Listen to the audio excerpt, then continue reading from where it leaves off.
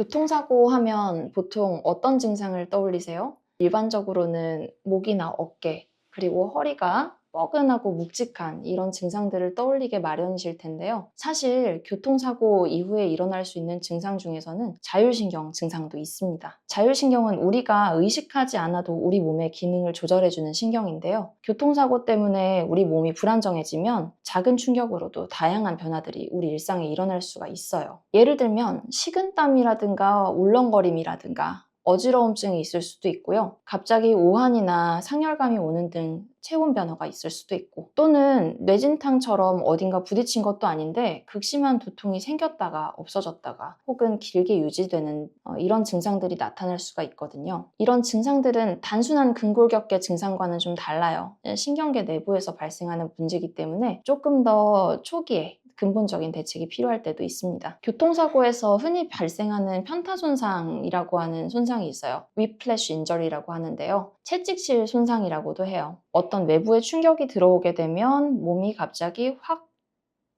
이렇게 흔들렸다가 제자리로 돌아오게 되는데, 이때 근육이나 신경이나 인대 부분에 있어서 충격을 좀 많이 받게 됩니다. 특히나 예상하지 못했던 충격이기 때문에 약한 충격에도 좀 꽤나 강한 손상이 발생하기도 합니다. 이때 경추 주변에 혹은 흉추 주변에 신경이나 근육, 인대 등이 손상되면서 자율신경계도 영향을 받을 수가 있는데요. 이때 울렁거림이나 구역감 혹은 소화가 잘 안 된다든가 하는 증상들이 같이 발생하게 되는 거예요. 여기에다가 더해서 우리가 조금 더 기억해 둬야 될 것이 중추감작 현상이라는 건데요. 사고가 일어나고 나면 마치 이 충격이 내 몸에 남은 것처럼 신경에서도 이 충격을 기억하는 겁니다. 통증을 기억하고 있는 상태가 되기 때문에 아주 작은 자극에도 그때처럼 크게 반응을 하게 되기도 하고요. 아예 자극이 없어도 지속되는 자극을 받는 것처럼 몸이 반응하는 경우도 있는 거예요. 마치 신경이 통증을 재생산하는 것 같은 상태가 되는데, 그렇기 때문에 일상생활에서도 지속적인 긴장 상태가 나타날 수 있습니다. 교통사고에서는 일반적으로 3주 정도를 골든타임으로 봅니다. 이때 초기 치료가 잘 되어야지 후유증으로 가는지 혹은 완전한 회복의 길로 가는지가 갈리게 되는데요. 이 시간 동안 적절한 치료가 잘 이루어지게 되면 자율신경의 균형도 빠르게 회복되고 또 중추감작 현상도 많이 줄어들게 됩니다. 일상으로의 회복이 좀 더 빨라지는 거고요. 만약에 이 시기에 치료를 조금 늦춘다거나 혹은 소홀하게 하게 되면 이것들이 만성 통증이나 자율신경 증상들로 발전할 수도 있는 거죠. 이 골든타임 동안에 가장 효과적인 치료법은 사실은 우리 몸의 회복 기능을 제대로 활용하는 건데요. 침치료와 추나치료를 통해서 긴장된 부분을 이완시키고 뭉친 근육들 혹은 타박 때문에 충격받은 곳들을 순환을 잘 시켜서 풀어주게 되면 이런 균형 상태들이 다시 회복이 됩니다. 이렇게 침치료, 추나치료, 그리고 자율신경 균형에 도움이 되는 한약 처방 등을 해서 치료를 해주게 되면 우리 몸의 긴장을 낮춰주고 중추감작을 완화해주고 자율신경의 균형을 맞춰주기 때문에 초기 치료를 잘 해낼 수 있습니다. 만약에 이렇게 초반 치료를 했는데도 불구하고 증상이 좀 악화된다든가 초반 치료를 어떤 이유로든 잘 하지 못하셨거나 그대로 넘기셨다면 이때는 조금 더 적극적인 치료가 필요할 수 있습니다. 예를 들어서 아프거나 울렁거리거나 혹은 오한이 있거나 하는 등의 증상들이 지속되는데도 불구하고 여러 가지 이유들로 치료를 미루셨다가 오시게 되는 환자분들도 계세요. 이런 분들에게는 신경차단술, 자율신경 주사라든가 TMS 치료, 자기장 치료를 통해서 중추감작을 완화해주거나 도수치료나 바이오피드백 같은 것들을 통해서 조금 더 다변적으로 접근해야 증상들이 완화될 수가 있습니다. 특히나 자율신경 실조가 더 진행된 경우,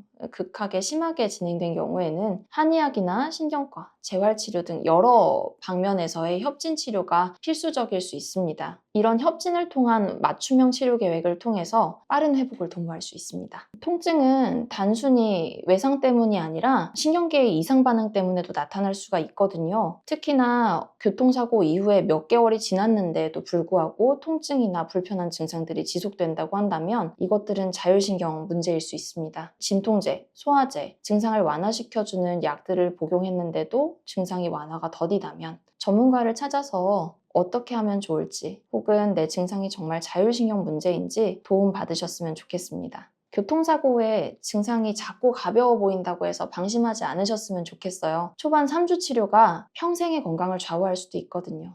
이 내용이 유익하셨다면 댓글이나 콜센터로 문의 주시면 더 면밀하게 답변 드리겠습니다. 감사합니다.